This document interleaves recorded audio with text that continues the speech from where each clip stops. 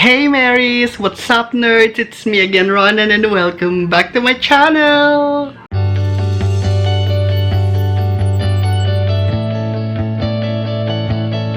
Kamusta naman kayo guys? How's your quarantine life?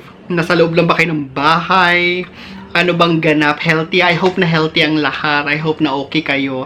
Ito nga yung sinasabi nilang new normal. So, siguro na-accept na natin yung situation na nangyayari sa atin ngayon. So, unti-unti nang hindi na tayo masyadong natatakot sa mga kaganapan.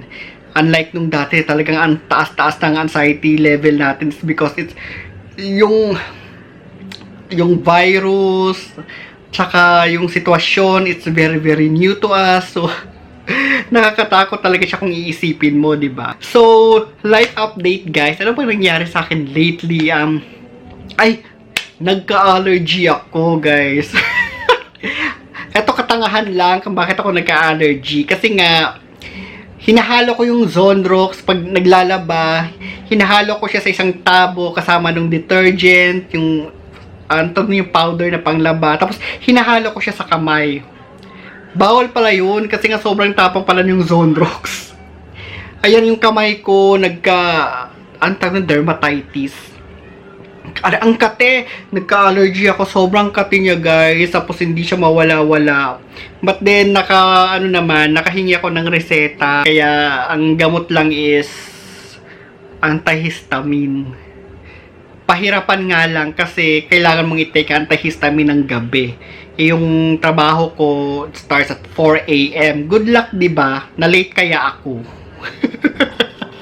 Dahil doon. Yun, so, buti na lang it's weekend, so, natitake ko siya. So, kahit na matagal akong gumising, okay lang. Ayun, so, yun yung nangyari sa akin lately, this week. Thank you nga pala sa mga nag-message sa akin tungkol dun sa last natin na videos. Thank you, and thank you dun sa mga nag-share nung mga kung ano man mga pinaggagawa nila to treat their anxiety issues, no, na yung mga nag-share dun sa comment sections, tsaka yun sa mga nag-message din sa akin. And right now, ano bang pag-uusapan natin today? Alam niyo kasi guys, during an anxiety attack, yung ina-attack ka, alam niyo to, dun sa mga nagkaka-anxiety attack, kagaya ko, di ba, pag nagkaka-anxiety attack tayo, at that very, very moment, feeling mo very vulnerable yung pakiramdam mo, di ba? And we are hoping na sana there's someone na nahawakan natin or whatever, ganyan. So, ito yung topic natin ngayon. It's not for us, no. This is not for people na may anxiety issues. So, yung topic natin ngayon is for people na merong mga kamag-anak, merong loved ones, kapatid, boyfriend, girlfriend, husband, wife, na may anxiety issues. Na ano bang pwede nyong gawin pag let's say yung kapatid mo or yung asawa mo nagka-anxiety attack, 'di ba? Anong pwede mong gawin na pag yung isa sa relatives mo or isa sa anak mo lumapit sa iyo at sasabihin niya sa iyo na ma or friend may anxiety ako or I'm having an anxiety attack. Ganyan. Ano bang pwede mong gawin? Ano bang kailangan mong maramdaman or ano bang pwede mong sabihin, ganyan, 'di ba? Kasi hindi mo alam, parang ganyan. It's say wala kang kaalam-alam regarding about anxiety. Meron ka lang idea about anxiety, about mental health, pero hindi mo talaga alam. Ano bang pwede mong gawin? Una, what can you do is to be open-minded. Kasi guys, kalimitan sa atin, laging they don't want to try to even understand the situation. Banat lang kaagad ng banat na, nag-inarte ka lang, huwag kasing isip ng isip, huwag ka kasing ganyan ng ganyan, huwag kasing ganito, huwag kasing ganon, judgment agad. Hindi mo muna inisip yung kung ano yung nararamdaman ng ng tao na yun na may anxiety attack. Yung loved ones mo na yun, or yung husband mo, yung wife mo, ginudge mo na kaagad based on sa kung anong alam mo lang, 'di ba? Hindi mo alam kung anong pinagdadaanan niya. And the fact na lumapit siya sa'yo, the fact na mag-express siya ng mental health issues niya sa'yo, it means that person trusted you. 'Di ba? For me, it was, kaya yung reason na parang ang tagal ko bago na-open up dito sa platform natin, dito sa channel natin about regarding my anxiety issues. It's because nahihiya ako. Siyempre, mga strangers kayo, natatakot akong ma-judge, natatakot akong sabihin na baliw ako, natatakot akong sabihin na nag-iinarte lang ako. But then again, nung kasagsagan ng anxiety attacks ko, wala akong mahanap din kasi online. And I feel like there are people out there na nag-search din online, na naghahanap din na makakaintindi sa kanila, na makaka-resonate sila sa kung ano may nararamdaman ng taong yun, ganyan. Kasi wala akong nahahanap, mga nahanap ko celebrities. And hindi naman ganun kadali mag-reach out sa mga celebrities. So yun yung nangyari. So parang habang tumatagal kung ano-ano mga videos, yung mga pinag-upload ko, at the back of my mind, someone is telling me na bakit hindi mo to gawin. Talagang, sorry, may mga motor. Yun, I give in kasi parang sobrang strong nung voice inside my head telling me to tell my stories about my anxiety issues, kasi I know there's someone out there na makakaintindi, makaka-resonate sa kung ano may nararamdaman ko, and na-validate naman kasi yun ninyo, di ba nga, sa mga messages niyo sa akin, sa mga comment niyo dun sa comment section, na-validate niyo kung ano yung, so nawala yung takot ko, nawala yung kaba ko na baka ma-judge ako, na baka paghusgahan ako ng mga tao, ganyan. Kasi I know na nandyan na kayo. So marami tayo, hindi lang ako nag-iisa. So yun, for that person na lumapit sa'yo para mag-express ng anxiety issues niya, it means na pinagkakatiwalaan ka niya. So wag mo sayangin yun. Kung naglalaro ka man sa cellphone mo, ibaba mo muna yung cellphone mo, humarap ka dun sa taong mahal mo, sa kapamilya mo na yan, or sa kung ano man, pinsan mo or whatever. Ibaba mo muna yung cellphone mo, makinig ka sa kung ano man yung i-express niya. Kasi wag mo sayangin yung moment na yun, wag mo sayangin yung chance na yun to help that person, 'di ba? So ano bang pwede natin gawin? Let's say ayan na nag-express na sa'yo yung wife mo or yung anak mo na mayroon siyang ganitong issues. So ano bang pwede mong gawin? Paano ba iti-take yung information na yun? Ano bang magre-react ka ba? Ano bang ganyan? Since knowing na hindi mo naman sapat yung alam mo about mental health issues, first, you have to be an open-minded. Open mo yung kaisipan mo na nag-i-exist yung mga ganitong klaseng illnesses. Guys, yung mga ganito anxiety, depression, panic disorders, these are disorders. And nadadiagnose ito, ibig sabihin, illness, mental illness, nadadiagnose ito. Hindi ito gawa-gawa lang ng taong nakakaramdam. Na gawa-gawa lang niya, nag-iinarte lang siya, wag ganun. Huwag mo kaagad i-judge. So, open your mind, the best thing you could do, dahil in-express na niya sa'yo, so meron ka ng ideas kung anong nangyayari, ganyan. Then, try to help yourself as well. Educate yourself. Para matulungan mo yung anak mo na may anxiety, para matulungan mo yung asawa mo na may anxiety, o yung kapatid mo na may anxiety, para mas maintindihan mo siya lalo. Instead na i-judge mo siya. I'm telling you, it will make a difference. And at the same time, good for you kasi yung learnings, may matutunan ka about yourself, about that person, about kung gaano ka powerful yung brains natin, no? It's very, very interesting kaya yun na topic. So, yun. So, ayan, naintindihan mo na, ganito pala yun. So, let's say, ayan, magkasama kayo, nasa kwarto kayo, ayan, biglang inatake si asawa, si anak, ganyan. Bigla siyang nagkaroon ng anxiety attack. Diba? Diyan. Ayan na. Inatake na. Anong gagawin mo? You know, guys, the best thing you could do, una, since na nagkaka-anxiety attack na ngayon, be calm. Ikaw na wala ka namang anxiety attack, kalma ka lang. Be calm, and ibaba mo kung ano mo yung kailangan mong ibaba. Ibaba mo muna yung cellphone mo. And the best thing you could do is to be with that person. The best thing you could do is to sit beside your wife na nagkakaroon ng anxiety attack. To sit beside your... Naiyak ako.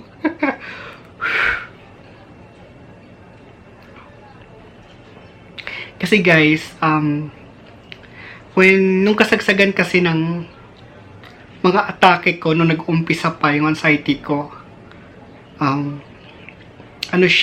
mag-isa lang ako. Nandun sa mga videos ko yun, pinakaunang videos ko yun, I live alone in Katipunan, ako lang mag-isa. So, yung partner ko, malayo siya, nandito siya. Tapos, I'm the type of person na ayokong makaistorbo ng ibang tao. But, I was hoping na sana I have someone at that particular moment when I was having my attacks. Kasi it's not easy. Oh my God. Hindi ko na-expect to, Sakit lang. Sorry. Yun. So, just be with that person. The best thing you can do, hold her hands or hawakan mo lang yung kamay niya. Hindi niya kailangan ng mga pag-i-explain mo. Hindi niya kailangan ng mga you'll be fine. Just be quiet. And iparamdam mo lang sa kanya yung presence mo. Be quiet and just stay beside that person. Hawakan mo yung kamay niya para malamdaman lang niya yung presence mo. Malaking bagay yun. For us who was having the attack at that particular moment, isipin mo na lang yun, guys. Kung nakikita mo sa kanya, kalmado siya or baka may na-manifestation sa katawan niya, nag-hyperventilate or kung ano man, deep inside that mind person, sa isip nung nagkaka-anxiety na yun, she or he is having a battle. Pakikipaglaban siya deep inside. Iisipin mo na lang, nasa endgame siya ng Avengers. Sa battle ng Avengers, mag-isa lang siya dun, andyan na yung mga kampo ni Thanos. Ganon. Diba? Nakikipaglaban siya. The best thing you could do is to be with that person's side. Hawakan mo lang yung kamay niya. Sapat na yun. No? Malaking bagay yun. Malaking tulong yun. Para maramdaman lang yung price. Parang kung ako, I need every time that I have an attack, yung mga dati kong atake na sobrang lakas talaga, I just need something na solid para lang mag-grasp ko. Just to pull myself back to the reality.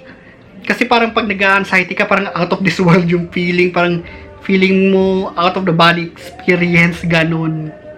Parang, so kailangan I need something na talagang mahawakan mo na solid. 'Di ba? Ganyan. So, yun lang yung pwede mong gawin. Second, that particular moment is not about you.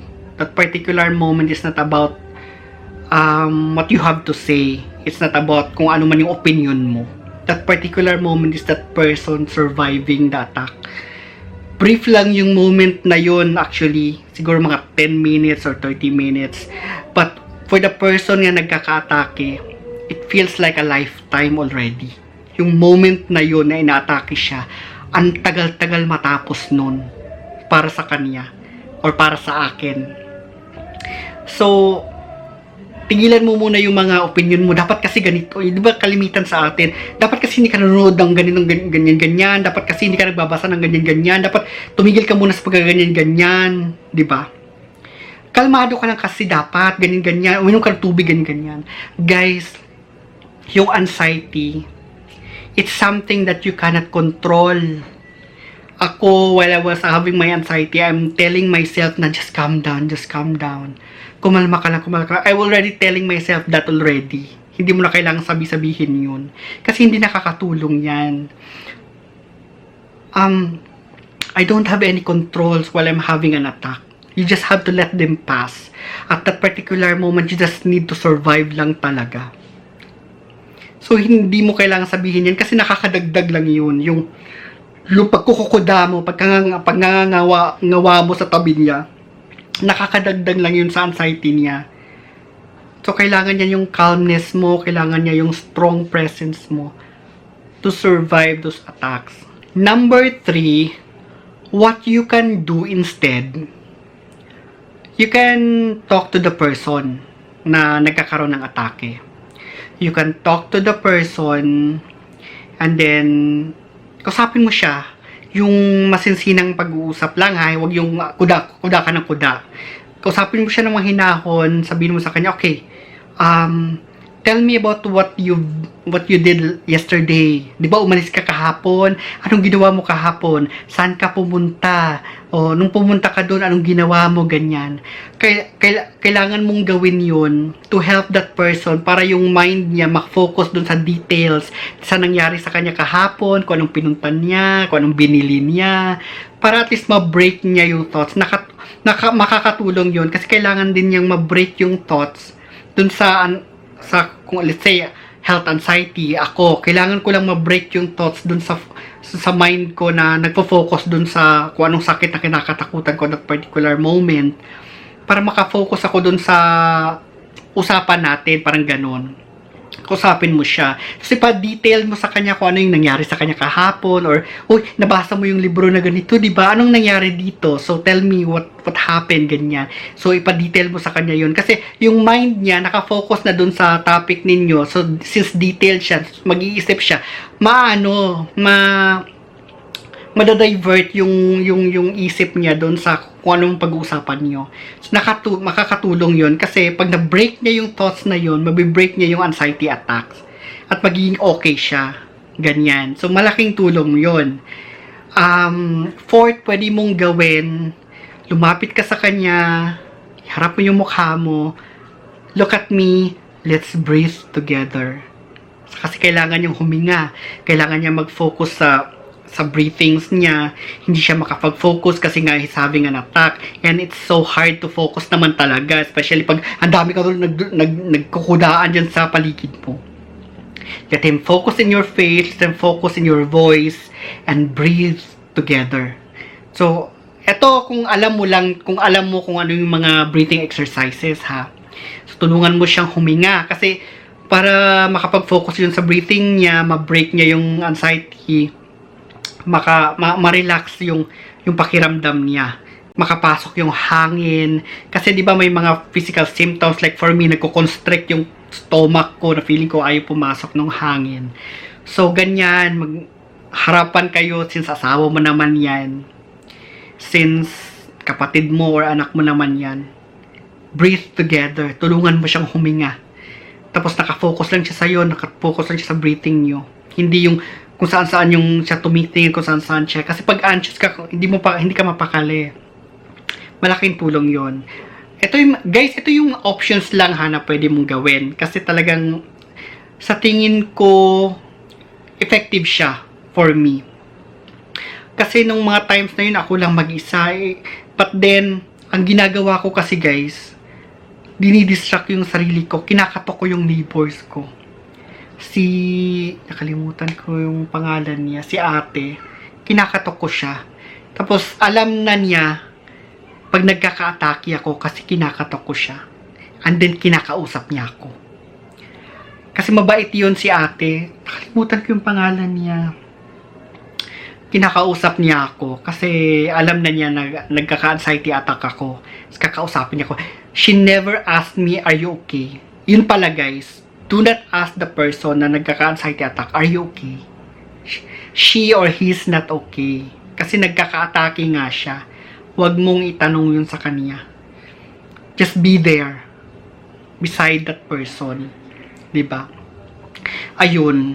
So far, yun yung mga nakikita ko na talagang malaking tulong. Especially pag ikaw wala kang anxiety issues and you're trying na to understand kung bakit ganito yung kapatid mo, bakit ganito yung anak mo, bakit ganito yung asawa mo. Tapos wala kang alam about sa nangyayari sa kanya. And then binibase mo lang doon sa judgment mo, yung sa kung anong alam mo lang. Tapos judge mo siya. Tapos hindi mo naman pala alam kung anong, hindi mo naman pala naiintindihan kung yung nangyayari sa kanya. Huwag ganun. Mahal mo yung tao, di ba? Ibaba mo muna yung cellphone mo. Mag-focus ka sa kanya. Mahal mo yan, di ba? So, gagawin mo lahat para dyan sa taong yan. Sa kapatid mo, sa asawa mo, sa best friend mo, sa mga kamag-anak mo. Di ba? Bigay mo muna yung moment dun sa kanila. Kahit yung particular moment man lang na yun na habang nagkaka-atake sila. It means a lot to them. For me, it will means a lot talaga. Kasi malaking tulong yun eh. It was so happen lang talaga na during those moment na sobrang taas ng mga atakis, ng mga atake ko, ako lang mag-isa. Ako lang makag-isa doon sa Katipunan. But I'm so thankful kay God na na-survive ko siya. Feeling ko I can survive anything. I can survive any trials. Dahil na-survive ko yung moment na yun sa life ko na grabe talaga. May mga moment na umiiyak talaga ako. Tumatakbo ako sa St. Clair. Alam nyo yon yung sa Katipunan, St. Clair doon, sa crossing ng Katipunan, tsaka ano ba yun? Kalimutan ko yung street. Basta sa may Katipunan, yung crossing doon, nandun yung St. Clair, tumatakbo ako doon, umiiyak ako. Kasi hindi ko na alam kung ano nangyayari sa akin. Hindi rin naman ako patulungan ng mga doktor. Umiiyak talaga ako. Kaya yun pinag-aralan ko talaga sinerch ko para kung bumalik ng college, pinag-aralin ko kung ano mga nangyayari sa akin, anong pwede kong gawin, trials and errors. Since I'm just grateful dahil nung lumapit ako sa psychologist na neurologist, binigyan niya ako ng gamot. Ayoko talaga maggamot, pero of course dahil bigay naman ng doktor, tinry ko siya muna. Nag-work siya for me, nag-subside yung mga atake ko, kumalma ako, at nung mga sumunod na mga attacks, manageable na siya. Hindi na ako naggamot. And so I'm grateful for that dahil nakakaya ko na siya until now.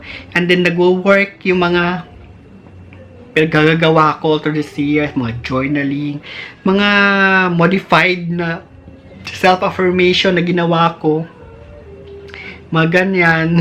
And then, mga breathing exercises na minodified ko for myself. Kailangan nating tulungan yung sarili natin, di ba? We need to really, yung effort. Kasi hindi ito yung parang biogesic lang na titake mo tapos okay ka na. Hindi siya ganun, guys. I'm sorry. Lagi ko nga sinasabi, di ba, na